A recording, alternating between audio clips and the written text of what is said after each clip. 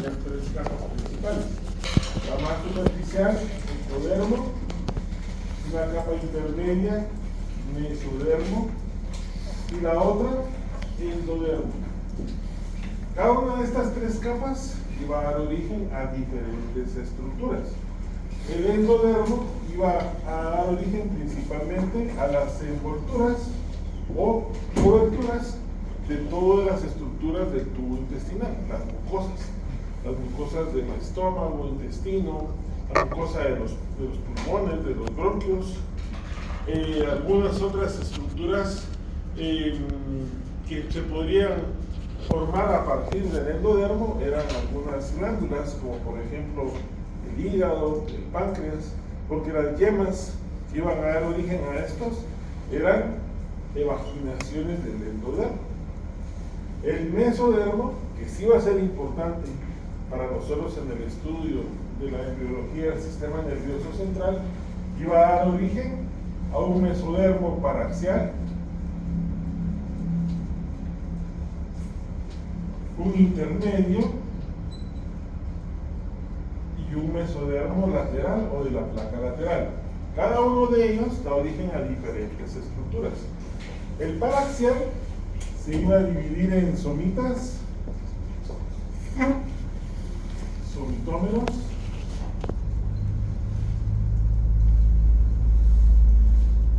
el intermedio iba a dar origen a todo lo que era el aparato urogenital,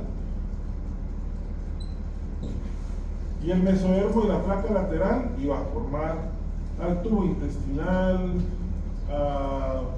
corazón, músculos, huesos. El mesodermo y la placa lateral iba a participar en muchas estructuras, porque recordamos que este se dividía en dos: un mesodermo de la placa lateral visceral y otro que se llamaba parietal. Los dos iban a formar estructuras diferentes. Y el ectodermo solamente podía producir dos cosas. Una era nervios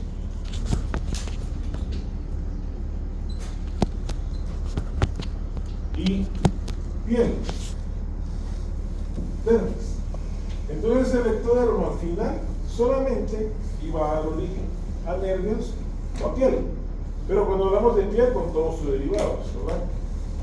Mientras más externo y menos expuesto a los factores de transcripción que participan en la formación del tubo neural, pues se va a convertir en piel. Pero por regla o por ley, el ectodermo se convierte en nervios, ¿sí? Entonces, esto era el inicio de la formación de algunas estructuras importantes para el sistema nervioso central. ¿Qué es lo primero que va a pasar en la tercera semana? O a mediados finales de la tercera semana, es que iban a aparecer en el ectodermo, principalmente en su porción cefálica, quiere decir la parte más alta del embrión. Si nuestro embrión tenía una forma así como de una manía, en la parte más alta, acá, sería nuestra porción cefálica. Donde está la membrana cloacal, sería la porción caudal. La cloaca va a ser en un futuro lo que era el recto, el ano principalmente, ¿verdad? Y aquí aparecía la línea primitiva y el nodo primitivo. Entonces, en la parte cefálica de nuestro embrión, el ectodermo va a sufrir un engrosamiento. Entonces, si este era nuestro ectodermo, en la placa cefálica o en la porción cefálica iba a sufrir un engrosamiento. Ese engrosamiento del ahora llamado neuroectodermo se va a convertir en lo que en un futuro va a ser la placa neural. Entonces el engrosamiento del ectodermo va a ser la placa neural. Al mismo tiempo que se dio el engrosamiento del ectodermo, el mesodermo principalmente el mesodermo lateral, el mesodermo paraxial, sufrió un cambio. y se iban a formar estas dos estructuras a cada lado del mesodermo paraxial.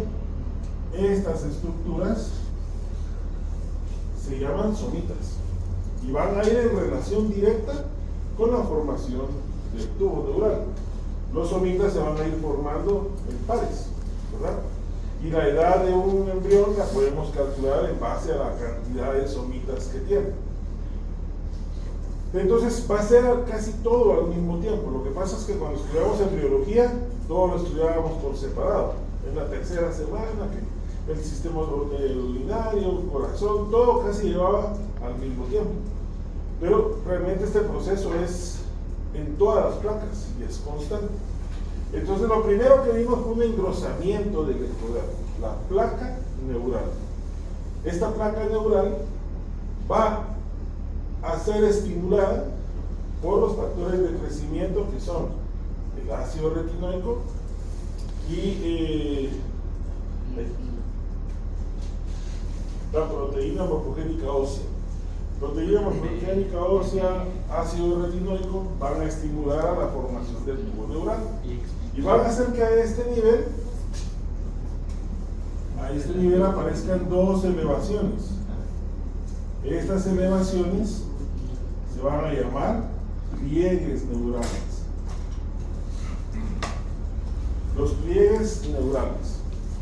Cuando los pliegues neurales aparecen, entonces van a pasar dos cosas. Una, que en la parte media de nuestra placa neural se va a empezar a hundir, se va a invaginar. Y los pliegues van a empezar a caminar, van a empezar a migrar hacia la línea media. Cuando el ectodermo se invagina y los pliegues empiezan a avanzar, entonces vamos a tener inicialmente un surco neural. Un surco neural. Esa migración va a continuar. Como casi todo en embriología, siempre es de atrás hacia adelante. Todo se forma atrás y va caminando hacia adelante. Conforme los pliegues migran, conforme más se acercan los pliegues uno con otro, la estructura que estábamos formando del ectodermo se va invaginando, se va haciendo más interna. Incluso en los dibujos nosotros podemos ver que a los lados tenemos al mesodermo paraxial. La migración continúa y empieza a cerrarse del polo cefálico al polo caudal. Primero cerramos la parte de arriba del embrión y de último la cola. Cuando nuestro embrión empieza a cerrarse, él va a tener una forma más o menos así, va a tener un hoyo aquí abajo, tener un hoyo aquí arriba. Aquí van a empezar a aparecer los somitas y estos dos hoyos que aparecen acá se van a llamar neuroporos. Neuroporos. Tenemos un neuroporo anterior o cefálico y un neuroporo posterior o caudal. El neuroporo posterior es el primero en cerrarse. No, perdón, el cefálico es el primero en cerrarse y se cierra al día 25. Y 3 días después, es decir, al día 28, se cierra el neuroporo posterior. Esa es la forma en la que se va a cerrar por completo el tubo neural. Entonces estábamos acá con la migración del ectodermo. La migración de los pliegues del ectodermo va a concluir cuando estos se entran en contacto. Entonces, ¿qué va a pasar? Que nuestro tubo neural va a quedar básicamente entre el mesodermo. Porque si solo se cerrara, quedaría expuesto, quedaría arriba. Entonces va a quedar entre las estructuras mesodérmicas que eran el mesodermo paraxial. Cuando el tubo neural se cierra, entonces algunas de las células que viajaban en la migración de los pliegues quedan fuera, porque para que esto se diera, aquí habían células activas migrando. Conforme este va cerrando, estas células están trabajando para acercarse, pero cuando logra cerrar completamente, algunas de estas células que ayudaron en la migración quedan fuera. ¿Cómo se llaman estas células? Cresta neural. Las células de la cresta neural también van a ser importantes para la formación del sistema nervioso central, porque van a dar origen a ganglios nerviosos, principalmente los ganglios de los nervios craneales, van a dar origen a nervios raquídeos o ganglios sensitivos de los nervios raquídeos. Recordamos que un ganglio es un acúmulo de neuronas fuera del sistema nervioso central, mientras que un acúmulo de neuronas en el interior del sistema nervioso central se llama núcleo. Básicamente es lo mismo, solo la ubicación va a cambiar. Y desde el punto de vista anatómico, solo los ganglios sensitivos, solo los nervios sensitivos, tienen ganglios. Los nervios motores no tienen ganglios. Solo cuando son sensitivos tienen ganglios afuera, que algunas veces, como el caso del trigémino, son los que dan origen a sus tres ramos. Bueno, entonces ya formamos al tubo neural. Empezó el cierre de los dos neuroporos, uno el día 25, otro el día 28. Cuando el tubo neural se cierra, puedo borrarlo, ¿verdad? Cosas que son aquí en algunos machados. Del mesodermo lateral, ¿qué salía? ¿De huesos? Músculos, huesos, Ya. corazón, tubo intestinal. Esa es que decía tú y no sabía que era. ¿Cómo se llama también? Paredes, porque el mesodermo parietal forma las paredes corporales. Bueno, entonces cuando el tubo neural se cierra, vamos a tener una estructura simétrica, pero en la parte cefálica van a aparecer tres dilataciones. Entonces el tubo neural ya cerrado, en la parte superior van a aparecer tres dilataciones. Estas dilataciones son las vesículas encefálicas primitivas. Vesículas encefálicas primitivas. El resto del tubo neural va a formar a la médula espinal. ¿Sí? Bueno. Entonces, cuando ya se cerró el tubo, formamos a las vesículas encefálicas primitivas. Si el neuroporo superior no se cierra, estas vesículas no se forman. Entonces, la anomalía más frecuente que podríamos ver es una anencefálica. No va a haber encéfalo, ¿verdad? Entonces, las vesículas encefálicas primitivas, que son tres, se van a llamar prosencéfalo,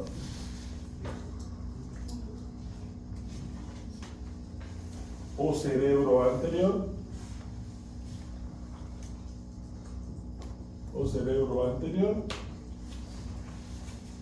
mesencéfalo o cerebro medio,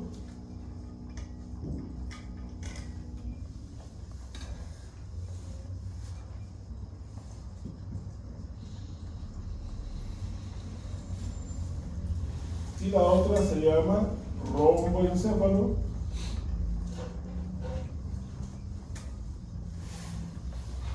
o cerebro posterior. Y el resto forma la médula espinal, incluyendo lo que va a ser, lo que lo fija hacia abajo, que va a ser el tibium terminal. Bueno. Entonces tenemos tres vesículas, tres dilataciones. Cada una de estas dilataciones va a dar origen a diferentes estructuras. Solo el mesencéfalo no se divide tanto, ¿sí? ¿Qué se origina a partir del prosencéfalo? Los hemisferios. Ajá. Y todos como, no sé si llaman los órganos o estructuras que están en medio de los dos hemisferios.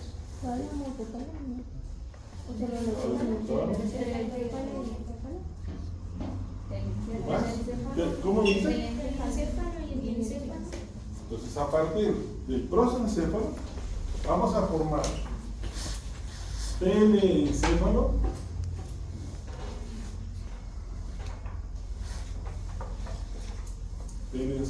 y diencéfalo.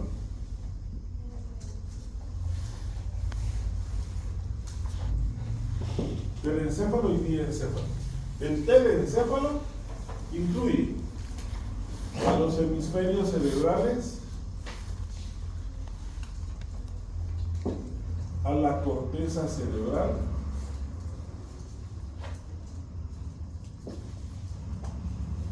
los hemisferios cerebrales y la corteza cerebral se van a originar del telencéfalo. Del diencéfalo se va a originar 5 estructuras: el tálamo, epitálamo, subtálamo,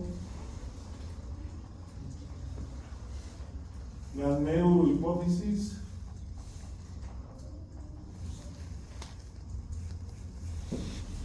y los núcleos del diencéfalo.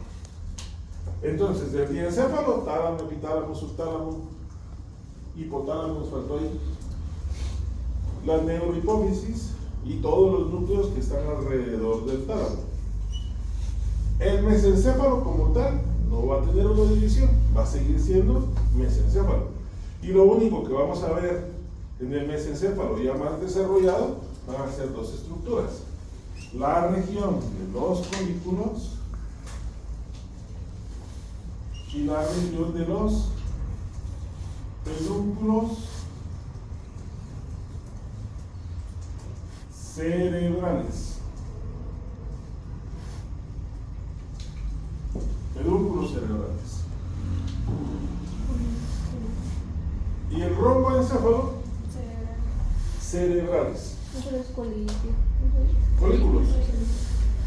Son colículos que son los posteriores y los pedúnculos cerebrales están adelante. Y el romboencéfalo se va a dividir en 2 porciones: mielencéfalo y mesencéfalo. Entonces vamos a tener el tencéfalo, encéfalo y mielencéfalo. El metencéfalo va a formar a la protuberancia o puente de Valorio, puente o protuberancia. El mielencéfalo va a formar al bulbo raquídeo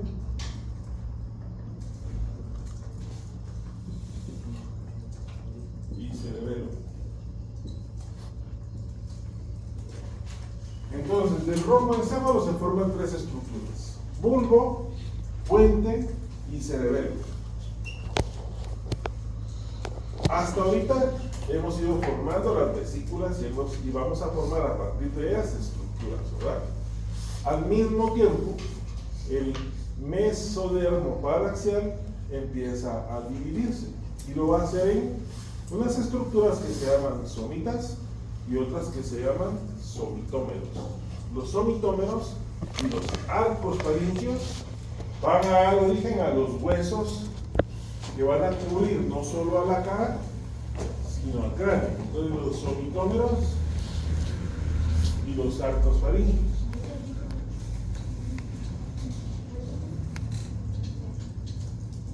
Estos forman huesos que van a formar los huesos de la cara, los huesos del cráneo. Incluso si ustedes se recuerdan un poquito, la mayor parte de los huesos de la cara se formaban a partir del primer arco faríngeo.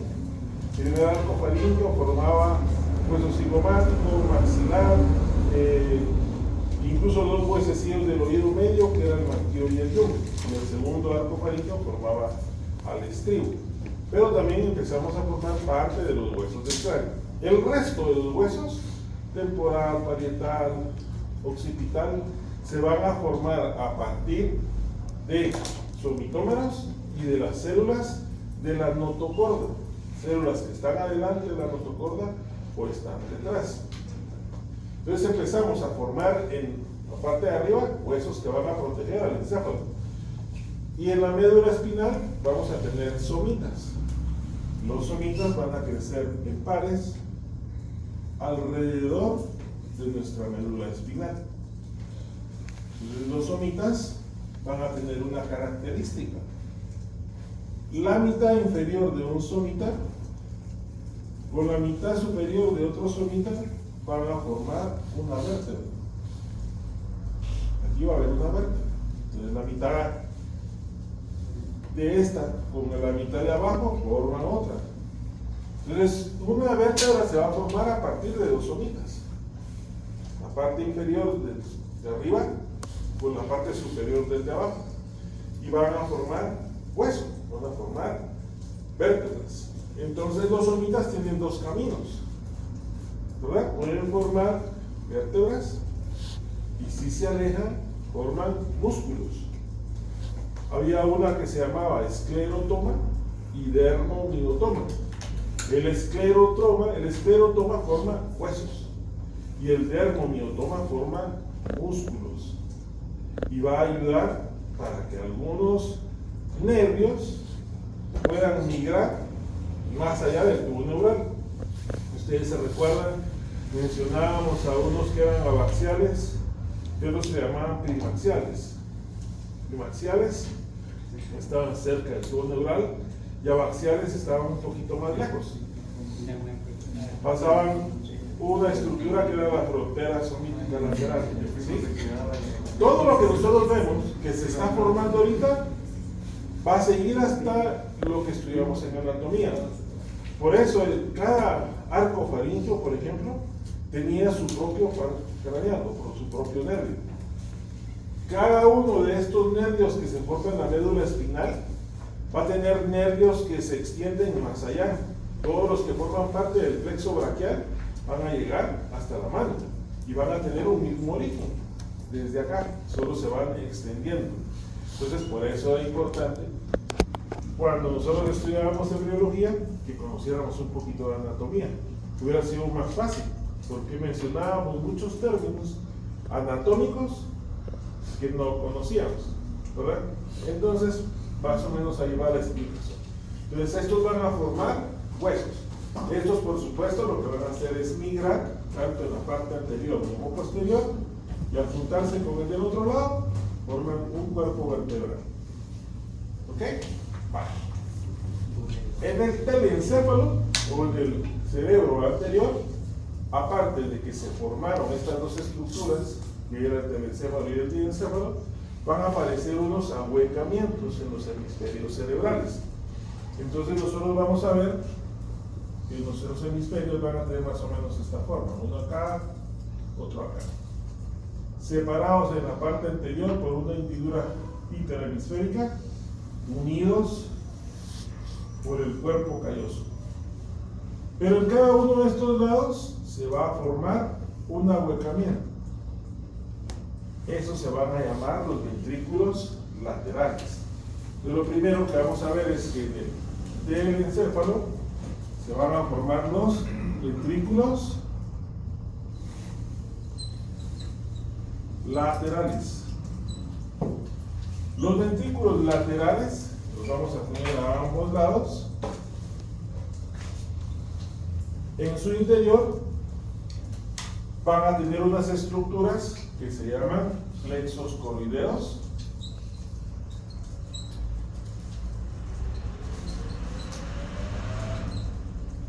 Y esos plexos coroideos forman líquido cefalorraquídeo.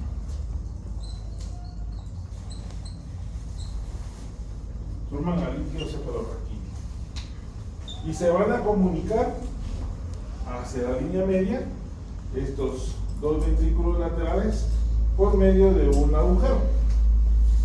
Van a tener un agujerito aquí, abajo del puente. Van a tener acá un agujerito Y este agujero se llama el agujero de Monroe. Entonces el agujero de Monroe es la forma en que los ventrículos laterales se comunican al tercer ventrículo. Bueno. Entonces en el telencéfalo, en los hemisferios, ventrículos laterales, plexos coroideos. En el diencéfalo vamos a tener a una estructura bien importante, que habíamos mencionado, que era el tálamo. Y los tálamos son dos, un derecho y un izquierdo, tiene más o menos esta forma. Entre los dos tálamos, aquí vamos a tener los folículos faciales, la glándula pineal. Entre los dos tálamos queda un espacio más o menos así, una separación que hay entre uno y otro. Esta separación o este espacio que está delimitado por los tálamos y las regiones subtalámicas se va a llamar tercer ventrículo. Entonces este es el tercer ventrículo.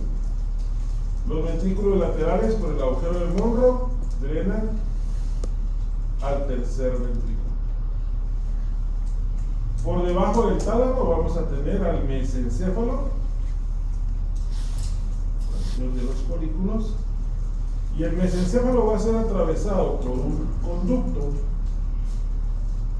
que lleva líquido cefalorraquídeo, y este conducto se llama acueducto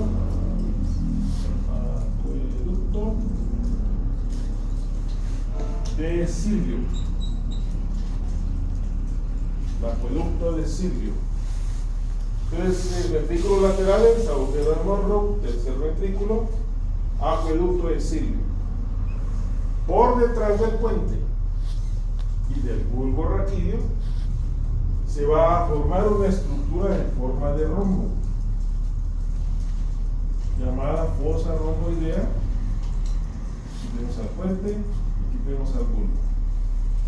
Y esta fosa romboidea, cuando el cerebelo tapa, se convierte en el cuarto ventrículo.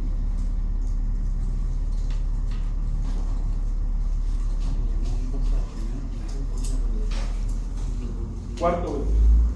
Y de ahí pasa a la médula espinal, en un conducto que tiene la médula espinal en el centro, que se llama conducto ependimario, y lo hace a través de 3 orificios, 2 de Lusca y 1 de Magenia.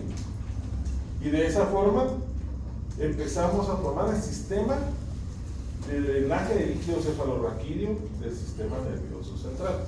En todo lo que sea médula espinal vamos a tener líquido cefalorraquídeo, tanto en su parte interna como rodeándolo por fuera. ¿Okay? Entonces, del prosencéfalo empezamos a formar lo que era el sistema colector de líquido cefalorraquídeo. En el mesencéfalo íbamos a tener al acueducto de Silvio, y en el rombo al cuarto ventrículo. Bueno, ¿preguntas hasta dónde vamos? No. ¿Sí? Entonces, la vez pasada en el simposio pasaron un videito, entonces yo creo que era el primero tal vez el que abrieron. El que abre es el agujero de Monroe. Ahí es el que está normalmente tapado, es este. Entonces lo que el doc hace es meterse en el ventrículo y buscarlo y romperlo, básicamente. Porque lo normal es que uno se meta al ventrículo lateral y le mete una válvula, le mete un tubito, y ese tubo se conecta a la cavidad abdominal. Entonces es una válvula de derivación del líquido cefalorraquídeo. Él lo que hace es entrar y romper lo que está tapado. ¿Y ya no se necesita esa válvula? No se necesita la válvula. Sí se hace esa apertura. Se hace, sí, porque se corrige la apertura. ¿Qué peso? Ahora, ya en adultos, cuando se tapa por un cisticerco o algún tumor, ya tiene que ser con válvula. Eso es básicamente en niños. Y este doc era neurocirujano pediatra, ¿no? Sí. Los cabrones del signo mástico están mezclados con permanentes porque no se quitan. Claro. También le pasaba el año pasado le pasaba a la doctora Nancy, también quedaba la pizarra así rosada. Sí. Bueno. Ahora, para formar el parénquima del sistema nervioso central, para formar células, tenemos tres tipos de células realmente. Tenemos unos que se llaman neuroblastos,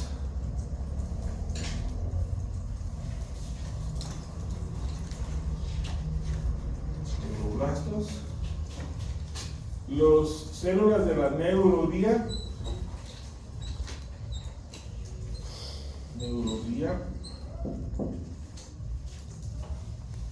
y los astrocitos. Los neuroblastos tal vez son los más importantes porque son los que van a dar origen posteriormente a lo que conocemos como neuronas, ¿verdad? Entonces un neuroblasto inicialmente va a formar células apolares, redonditas, ¿sí? De una célula apolar vamos a llegar a tener células unipolares. Van a tener en uno de sus polos un piquito.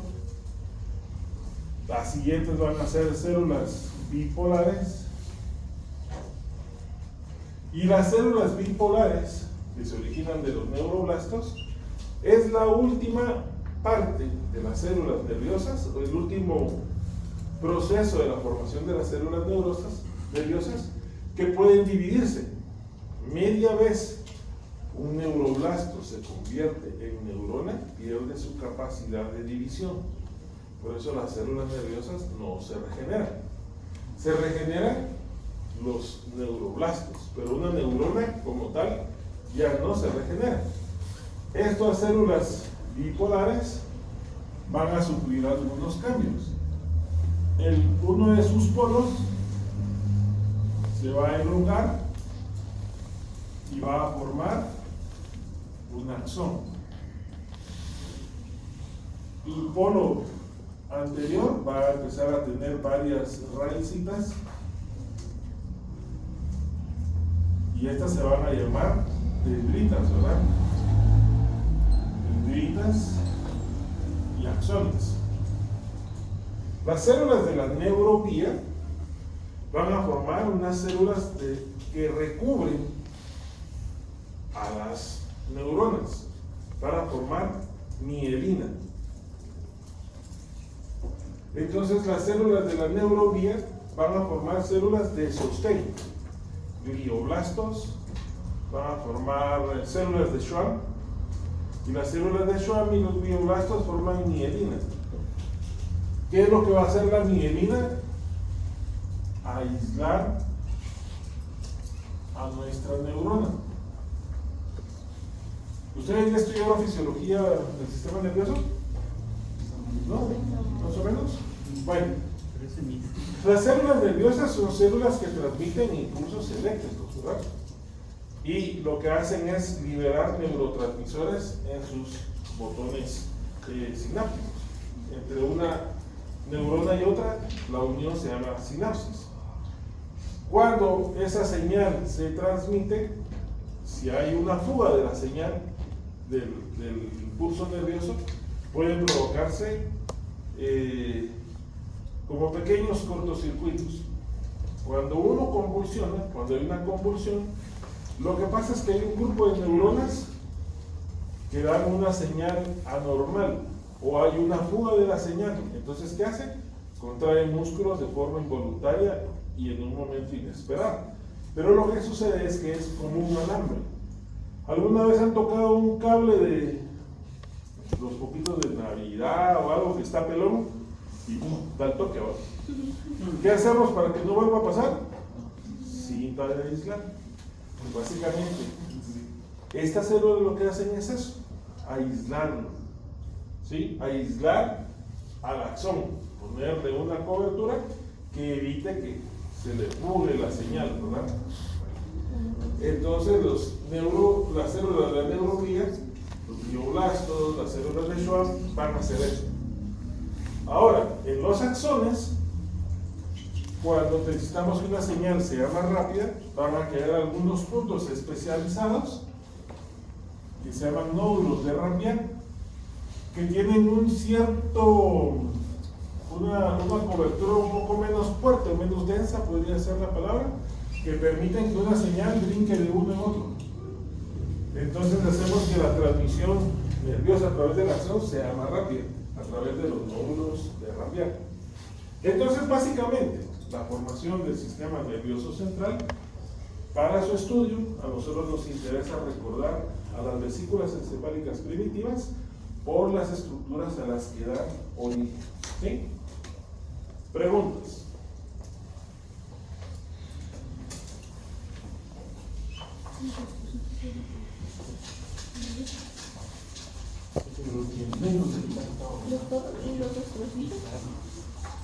Neuronas. Los astrocitos van a formar otras células que se llaman astrocitomas. Y los astrocitomas también son células de sostén. ¿Sí? Bueno, desde el punto de vista de evaluación, que es lo que a ustedes les interesa y lo que les preocupa, pues se recuerdan de cómo se forma el tubo neural, ¿verdad? Eso es básico.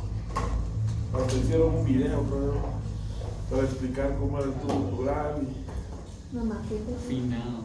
un pedazo de cómico, 3 lengüetas, ¿verdad? Una chancla. ¿Verdad? Entonces, solo recordemos eso, los derivados principalmente. ¿Bueno? Ok. Esa era la clase del día de hoy. No, no, me queda Estoy hablando rápido, por favor, recuérdense.